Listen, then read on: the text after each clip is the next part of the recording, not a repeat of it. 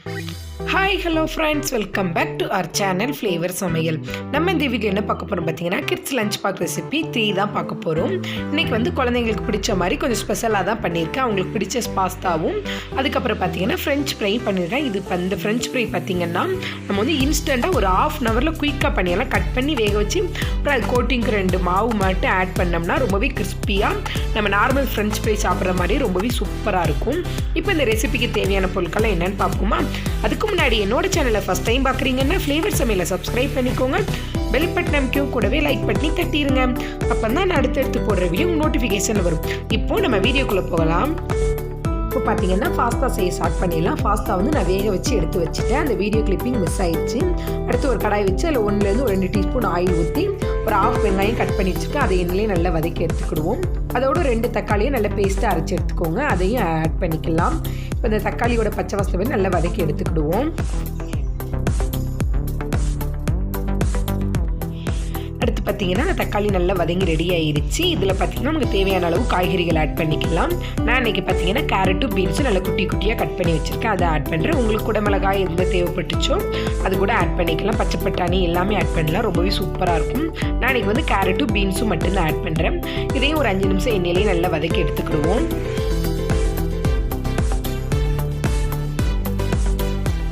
இப்போ பார்த்தீங்கன்னா இந்த காய்கறிக்கு தேவையான அளவு உப்பு இதோட ஆட் பண்ணிக்கலாம். அடுத்து பார்த்தீங்கன்னா இதை மூடி வச்சு ஒரு 5 நிமிஷம் நல்லா வேக வச்சு எடுத்துக்கிடுவோம். இப்போ ஓப்பன் பண்ணி பார்த்தீங்கன்னா நமக்கு அந்த இதில் உள்ள தண்ணிலாம் நல்லா பிரிஞ்சு வந்து தண்ணியே தெளிக்கலை. நான் தக்காளி வந்து நம்ம பியூரி அரைச்சி அந்த தண்ணியோடு சேர்ந்து நல்லா வெந்து வருது. இன்னும் ஒரு 2 நிமிஷம் வேகட்டும், கரெக்டாக இருக்கும். அதுக்குள்ளேயும் பார்த்தீங்கன்னா நம்ம ஃப்ரெஞ்ச் ஃப்ரை வந்து ரெடி பண்ணிடலாம். அதுக்கு பார்த்தீங்கன்னா நான் நார்மல் உருளைக்கிழங்கு சைஸ் தான் ஒரு 4 கிழங்கு எடுத்திருக்கேன். அதை தோல்லாம் நல்லா நீக்கிட்டு உங்களுக்கு என்ன ஷேப்பில் தேவையோ அந்த ஷேப்பில் கட் பண்ணி எடுத்துக்கோங்க.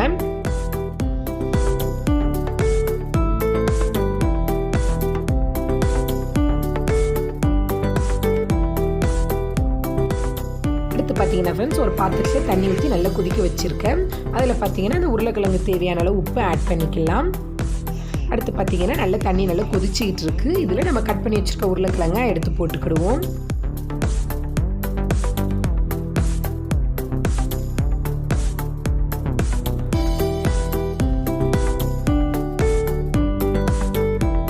இப்போ பார்த்தீங்கன்னா நம்ம கட் பண்ணி வச்சுருக்க உருளைக்கிழங்கு எல்லாத்தையுமே போட்டாச்சு. இதை பார்த்தீங்கன்னா கரெக்டாக ஒரு 3 நிமிஷம் நம்ம வேக வச்சு எடுத்துட்டாலே போதும். லைட்டாக அந்த வேக வச்சோம்னா அடுத்து நமக்கு பொரிக்கும் போது கரெக்டான பதத்துக்கு வெந்து ரெடி ஆயிரும். இப்போ பார்த்தீங்கன்னா ஒரு 3 நிமிஷம் போல் ஆயிடுச்சு. நல்ல ஒரு பாதி அளவுக்கு நம்ம வேக வச்சு எடுத்தாச்சு. இப்போ தண்ணி எதுவுமே இல்லாமல் நல்லா வடிகட்டி தனியாக வேறு ஒரு பிளேட்டுக்கு மாற்றி எடுத்துக்கிடுவோம்.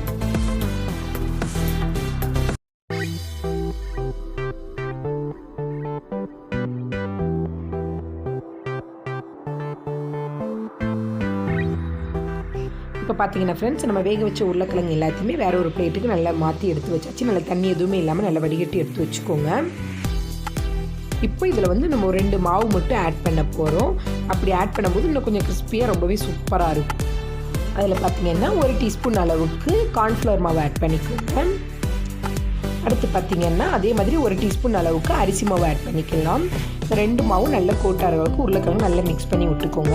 நம்ம வந்து தண்ணி எதுவுமே ஊற்ற வேண்டாம். அந்த இதில் உள்ள ஈரப்பதத்துலேயே மாவு எல்லா பக்கமும் கோட்டாயிரும். உங்களுக்கு அப்படியே தண்ணி தேவைன்னா லைட்டாக தெளிச்சு வேணால் ஆட் பண்ணிக்கோங்க. இப்போ பார்த்தீங்கன்னா எல்லா பக்கமும் உருளைக்கிழங்குல மாவு கோட்டார அளவுக்கு நல்லா மிக்ஸ் பண்ணி எடுத்தாச்சு. இதை தனியாக வச்சுருவோம். அது பார்த்தீங்கன்னா சைடில் நம்ம பாஸ்தாவுக்கு காய்கறிகள் நல்லா வெந்து ரெடி ஆயிருச்சு.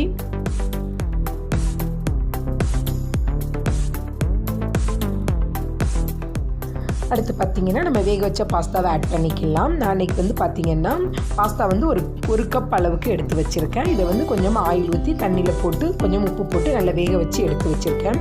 இப்போ இதோட ஆட் பண்ணிக்கலாம்.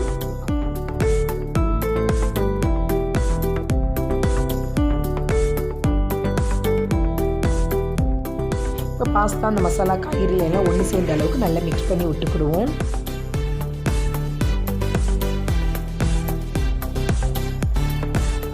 அடுத்து பார்த்தீங்கன்னா இதை நல்லா மிக்ஸ் பண்ணியாச்சு. இதில் வந்து நம்ம வந்து க்ரீம் ஆட் பண்ண போகிறோம். இன்றைக்கி வந்து நம்ம க்ரீமுக்கு பிறகு வந்து நம்ம பாலாடை எடுத்து ஸ்டோர் பண்ணி வச்சுப்போம்ல, அதை தான் அரைச்சி க்ரீமாக ரெடி பண்ணி ஆட் பண்ண போகிறோம். இது ரொம்பவே சூப்பராக இருக்கும். க்ரீம் இருந்தால் க்ரீம் ஆட் பண்ணிக்கோங்க. க்ரீம் இல்லை அப்படின்னீங்கன்னா இந்த பாலாடையவே நல்ல ஒரு 2 டைம் நல்ல பல்ஸ் மோடில் வச்சு அரைச்சி எடுத்திங்கன்னா ஒரு க்ரீம் பதத்துக்கு கிடைக்கும். அப்படியே அதையே ஆட் பண்ணிக்கலாம். இப்போ பார்த்தீங்கன்னா இதை நல்லா அரைச்சி எடுத்தாச்சு. இப்போ இதை ஆட் பண்ணிக்கிடுவோம். இப்படி பாலாடையை வந்து இப்படி அரைச்சி எடுத்து ஆட் பண்ணும்போது நம்மளுக்கு இன்னும் கொஞ்சம் சாப்பிடும்போது க்ரீமியாக ரொம்பவே சூப்பராக இருக்கும். இப்போ இது எல்லாத்தையும் ஒன்றா சேர்ந்து அளவுக்கு நல்லா மிக்ஸ் பண்ணி விட்டுக்கலாம்.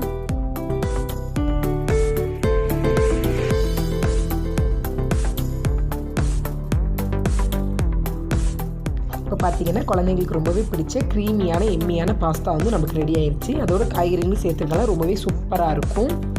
இதில் பார்த்தீங்கன்னா ஃபைனல் டச்சாக நம்ம கொஞ்சமாக பார்த்தீங்கன்னா சில்லி ஃப்ளேக்ஸ் எது வேணாலும் ஆட் பண்ணிக்கலாம். நான் இன்றைக்கி வந்து இந்த பாஸ்தா சீசனிங் இருக்கும்ல அதுதான் கொஞ்சமாக ஆட் பண்ணுறேன். நீங்கள் உங்கள் வீட்டில் என்ன இருக்கோ அதை ஆட் பண்ணிக்கோங்க.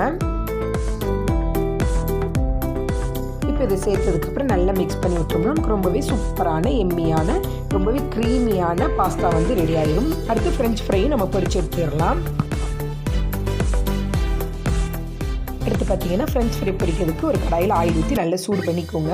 நம்ம எடுத்து வச்சுருக்க உருளைக்கிழங்கு ஒவ்வொன்றா போட்டு பொரிச்சு எடுத்துக்கலாம். உங்களுக்கு கொஞ்சம் மாவு அதிகமாக இருக்குன்னா லைட்டாக மிக்ஸ் பண்ணிவிட்டு எடுத்துட்டிங்கன்னா அதில் உள்ள மாவு மட்டுமே நம்ம போட்டிங்கன்னா ரொம்பவே கிறிஸ்பியாக ரொம்பவே சூப்பராகும். நல்லா எல்லா பக்கமும் ஈக்குவலாக நல்லா பொரிஞ்ச வரைக்கும் வேக வச்சு எடுத்துக்கிடுவோம். இப்போ பார்த்தீங்கன்னா நல்லாவே கிறிஸ்பியாக ரொம்பவே சூப்பராக ரெடி ஆயிடுச்சு. நம்ம போட்ட மாவு எந்த இதுவுமே பிரிஞ்சு வராது. அதனால் தைரியமாக அதை ட்ரை பண்ணுங்கள். குழந்தைங்க குயிக்காக அப்படி ஃப்ரெஞ்ச் ஃப்ரை கேட்டாங்கன்னா இந்த மெத்தட் ட்ரை பண்ணி பாருங்கள், ரொம்பவே சூப்பராக இருக்கும். இதே மாதிரி மீதி இருக்க பேட்ச் எல்லாத்தையுமே நம்ம பொரிச்சு எடுத்துக்கலாம்.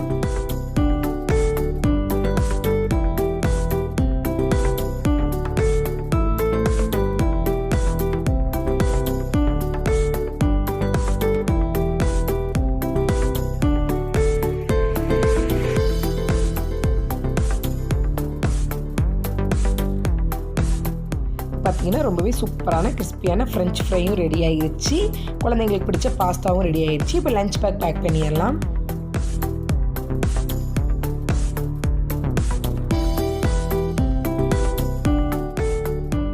இப்போ பார்த்தீங்கன்னா ரொம்பவே சூப்பரான க்ரீமியான பாஸ்தா வந்து குழந்தைங்களுக்கு பிடிச்ச மாதிரி நம்ம செஞ்சாச்சு. காரம்லாம் கம்மியாக போட்டு ரொம்பவே சூப்பராக பண்ணியிருக்கோம். அதோடு சேர்த்து சாப்பிட பார்த்தீங்கன்னா ஃப்ரெஞ்ச் ஃப்ரையும் ரெடி பண்ணியிருக்கோம். கண்டிப்பாக அந்த ரெசிபி எல்லாருமே உங்கள் வீட்டு குழந்தைங்களுக்கு செஞ்சு கொடுத்து சாப்பிட்டுட்டு எப்படி இருக்குன்னு கமெண்ட் பண்ணுங்கள். இந்த வீடியோ உங்களுக்கு ரொம்ப பிடிச்சிருந்துச்சுன்னா உங்கள் ஃப்ரெண்ட்ஸ் அண்ட் ஃபேமிலியோட ஷேர் பண்ணிக்கோங்க. மறக்காமல் ஃப்ளேவர் சமையலை சப்ஸ்கிரைப் பண்ணிக்கோங்க. Thank you friends. இந்த வீடியோவை கடைசி வரை பார்த்ததுக்கு ரொம்ப நன்றி. மீண்டும் ஒரு வீடியோவில் சந்திப்போம்.